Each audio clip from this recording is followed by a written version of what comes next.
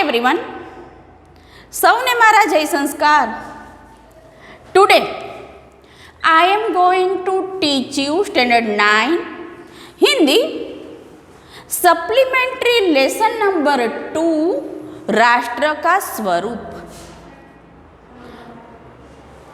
बहुत ही अच्छा समझने वाला ये लेसन हमें जीवन पर्यंत याद रखना है कि राष्ट्र कैसा होना चाहिए, राष्ट्र के शहर कैसे होने चाहिए, उसमें वाणिज्य उद्योग व्यापार कैसे होने चाहिए. लेकिन सबसे अहम और सबसे महत्वपूर्ण बात यह है कि राष्ट्र के नागरिक कैसे होने चाहिए. कोई भी चीज हो लेकिन पब्लिक आम जनता कैसी है, वो शिक्षित है या अल्प शिक्षित है या फिर अशिक्षित है. शिक्षित हम किसे कहते हैं? डिग्री ले ली शिक्षित? नहीं, ऐसा नहीं होता. शिक्षा हमारी तीसरी आंख है, हमारी मति की, हमारी प्रज्ञा की, हमारी अक्ल की वो एक तीसरी आंख है. इस तीसरी आंख से हम बहुत कुछ देख सकते हैं. जो देख सकते हैं वो समझ सकते हैं.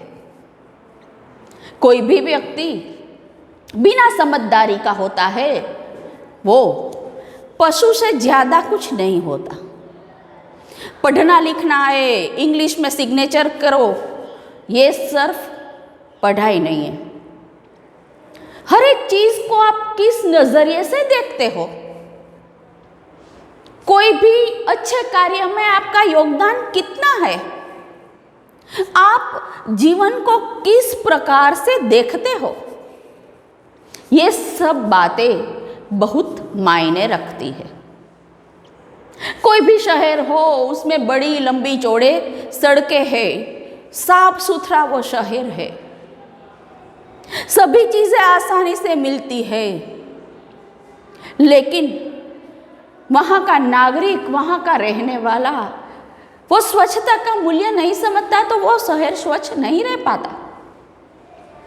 दंड कर भी लोग सुधर नहीं पाते. आत्मसम्मान, आत्म जागृति की जरूरत होती है.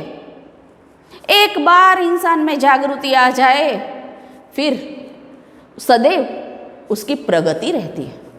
चलिए इस पाठ में राष्ट्र का स्वरूप कैसा होना चाहिए, इस बारे में हम कुछ सीख लें. भूमि पर बसने वाला जन और जन की संस्कृति, इन तीनों से सम्मिलित राष्ट्र बनता है. सही बात है, पहली ही पंक्ति में सब कुछ आ गया कि जन से ही राष्ट्र बनता है. बिना जन के राष्ट्र की कल्पना करना ही नामुमकिन है. भूमि का निर्माण देवों ने किया है, वो अनंत काल से है. उसके भौतिक रूप, सौंदर्य और समृद्धि के प्रति सचेत रहना हमारा आवश्यक कर्तव्य है. भूमि के पार्थिव स्वरूप के प्रति हम जितने अधिक जागरूक होंगे उतनी ही हमारी राष्ट्रीय बलवती होगी. यह पृथ्वी के सच्चे अर्थों में समस्त राष्ट्रीय विचारों की जननी है. जो राष्ट्रीयता पृथ्वी के साथ नहीं जुड़ी वो निर्बल होती है. राष्ट्रीयता की जड़ें पृथ्वी के इतनी गहरी होगी उतना ही राष्ट्रीय भावों का अंकुरित प्रबलित होगा. इसलिए पृथ्वी को भौतिक रूप से अधोपांत जानकारी प्राप्त करना, उसकी सुंदरता, उपयोगिता और महिमा का पहचानना आवश्यक धर्म है. उदाहरण के लिए पृथ्वी की उपजाऊ शक्ति को बढ़ाने वाला मेघ जो प्रति वर्ष समय पर अपना अमृत न डाले तो क्या होगा? इस मेघ जलों को परिवर्तित करने की तुलना वनस्पति का सूक्ष्म परिचय प्राप्त करना हमारा कर्तव्य है. सभी चीजें हमें पहचाननी है। पृथ्वी की रचना देवों ने की है। पृथ्वी 5 महान तत्वों से बनी हुई है। कोई भी इंसान वो 5 तत्वों में ही विलीन भी हो सकता है, विलीन हो जाता है। मानो कि कोई भी जमीन अच्छी है, फलद्रुप है, अच्छी सी फसल होती है, लेकिन समय पर वर्षा न होने के कारण कैसी कैसी दुविधाओं का सामना करना पड़ता है। और यहाँ किस तरह की वनस्पति बोई जाती है, उससे कैसे फल, सब्जी या फिर औषधि पाई जाती है, इसका ज्ञान होना भी अनिवार्य है। इस प्रकार चारों ओर हमारे ज्ञान के कपाट खुलेंगे। सैकड़ों वर्षों से शून्य और अंधकार से भरे जीवन में नया उजाला होगा। कोई भी ज्ञान हमारे जीवन में उजाला कर देता है। यह तो वनस्पति का छोटा सा उदाहरण था। मनुष्य के मस्तिष्क में बहुत ही सारी शक्तियां मौजूद है। उसका सही ढंग से इस्तेमाल करना, उसे बाहर निकालना अनिवार्य है। धरती माता की कोख में जो अमूल्य निधियां भरी है, उसके कारण ही वो वसुंधरा कहलाती है। इनमें कौन से परिचय न होगा। लाखों करोड़ों वर्षों से अनेक प्रकार की धातुओं को पृथ्वी के गर्भ में पोषण मिला है। सही बात है, पृथ्वी के भीतर में कई सारी चीजें हैं।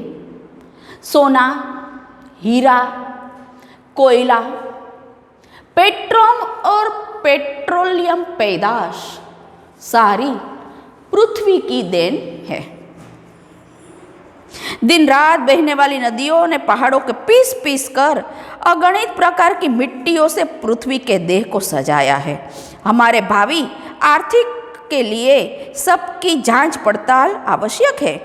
पृथ्वी की गोद में जन्मने वाले खड़े पत्थर कुशल शिल्पियों ने सवारे अन्य प्रतीक बन जाते हैं। नाना भांति के अनगढ़ का नग विद्या की नदी और प्रवाह के सूर्य की धूप से चिलकते रहते हैं। उन सिलावटों के जब चतुर कारीगर पहला कटाव कलाते हैं, उसके घाट की नई शोभा आती है। मनुष्य कुछ भी कर सकता है। पृथ्वी पहाड़ से निकलकर अपनी मिट्टी से सारी धरती को पोषण देती है, और जब वो पहाड़ पर जो पत्थर है उस पर शिल्पी अपने हथियार से कुछ शिल्प बना दे, घाट बना दे, तो उसकी शोभा अनेरी हो जाती है। यहाँ कहने का मीनिंग ये है कि प्रकृति को पहचानना है। किस चीज से प्रकृति बनी है, हम किस तरह उसका उपयोग कर सकते हैं, सदुपयोग कर सकते हैं, ये बात हमें ढूंढनी है, हमें मालूम करनी है। विज्ञान और उद्योग दोनों से मिलकर राष्ट्र भौतिक स्वरूप से नया ठाठ खड़ा करता है। यह प्रसन्नता, उत्साह और अथाक परिश्रम के द्वारा आगे बढ़ता है। हमारा ध्येय है कि राष्ट्र में जितने हाथ हैं उनमें कोई भी हाथ खाली न रहे। मातृभूमि पर निवास करने वाले मनुष्य राष्ट्र के दूसरे अंग है। विज्ञान की भी खोज अनिवार्य है। पहले के जमाने में जब व्हील यानी चक्र की शोध नहीं थी, तब जीवन बहुत मुश्किल था। व्हील की, चक्र की शोध बहुत बड़ी क्रांति ला गई है। चक्र के कारण ही वाहन चलते हैं, लोट पीसते हैं, मोटर से पानी ऊपर चलते हैं। सबके मूड में चक्र है, व्हील है। पृथ्वी हो और मनुष्य न हो तो राष्ट्र की कल्पना असंभव है। पृथ्वी और जन दोनों में सम्मिलित है ही राष्ट्र का स्वरूप संपादित होता है। जन के कारण ही पृथ्वी मातृभूमि की संज्ञा प्राप्त कर सकती है। पृथ्वी माता है तो हम उसके पुत्र है। माता भूमि तो मैं उसका पुत्र। जन के हृदय में यह सूत्र का अनुभव ही राष्ट्रीयता की कुंजी है। इसी भावना से राष्ट्र निर्माण के अंकुर उत्पन्न होते हैं। हमें समझना चाहिए कि धरती हमारी माँ है और हम उसके पुत्र हैं। यही सोच पृथ्वी को, देश को, राष्ट्र को आगे ले जाने के लिए इनफ है।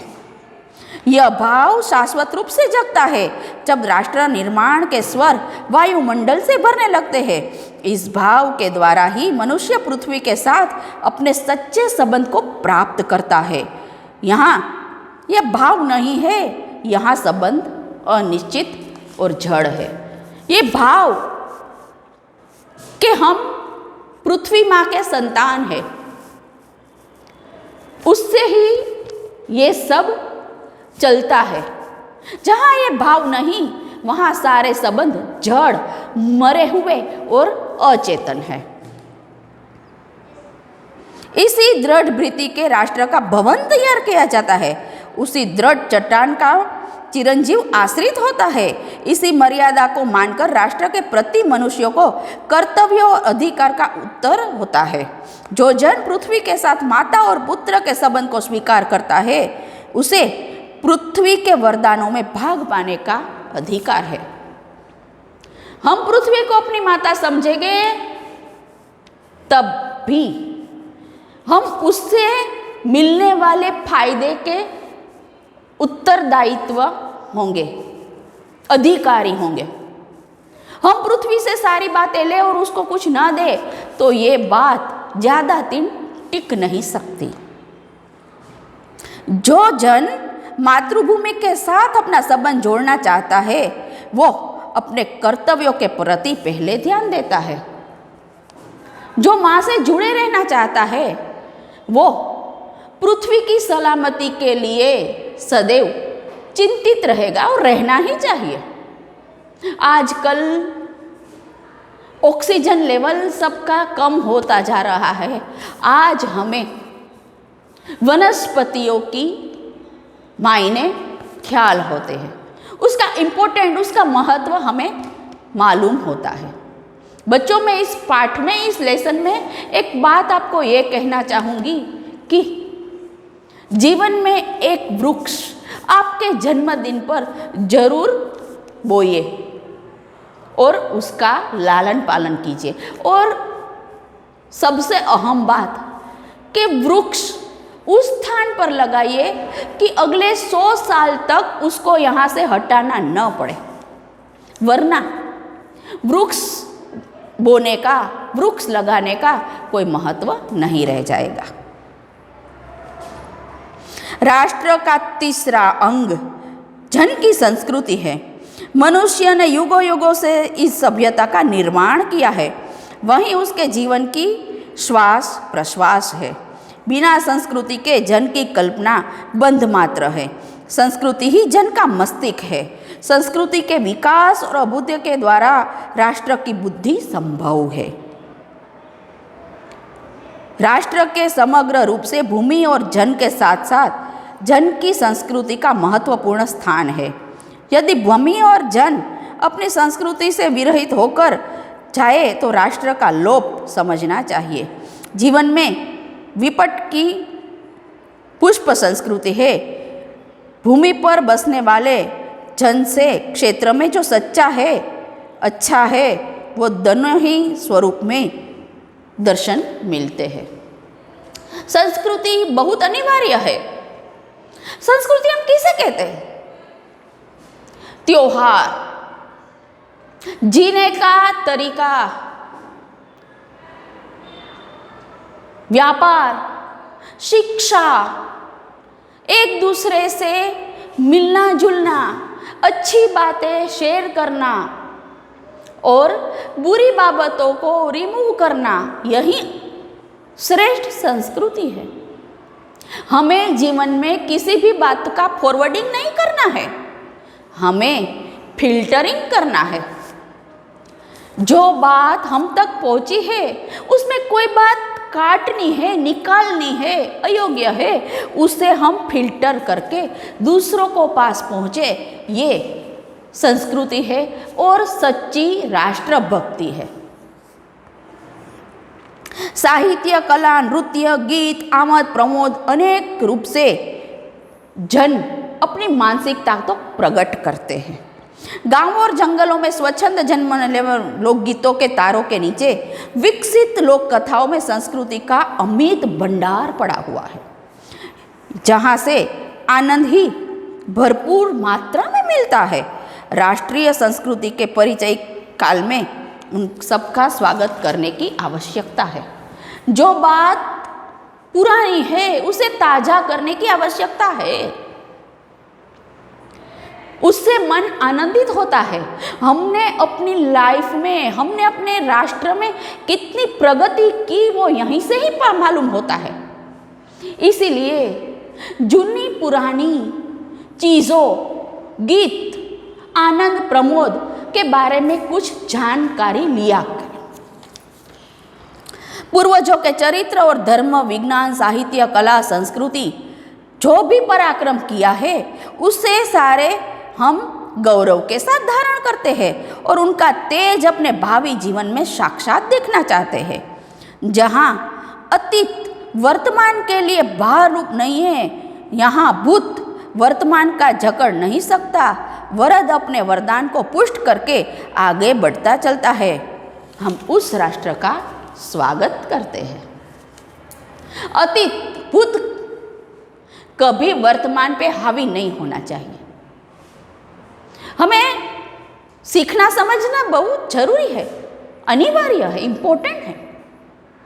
लेकिन जो भूतकाल में, पास्ट टेंस में जो कड़वी घटनाएं है उसमें कुछ सीख कर हमें जीवन में आगे बढ़ना है, हमारे राष्ट्र को आगे बढ़ाना है।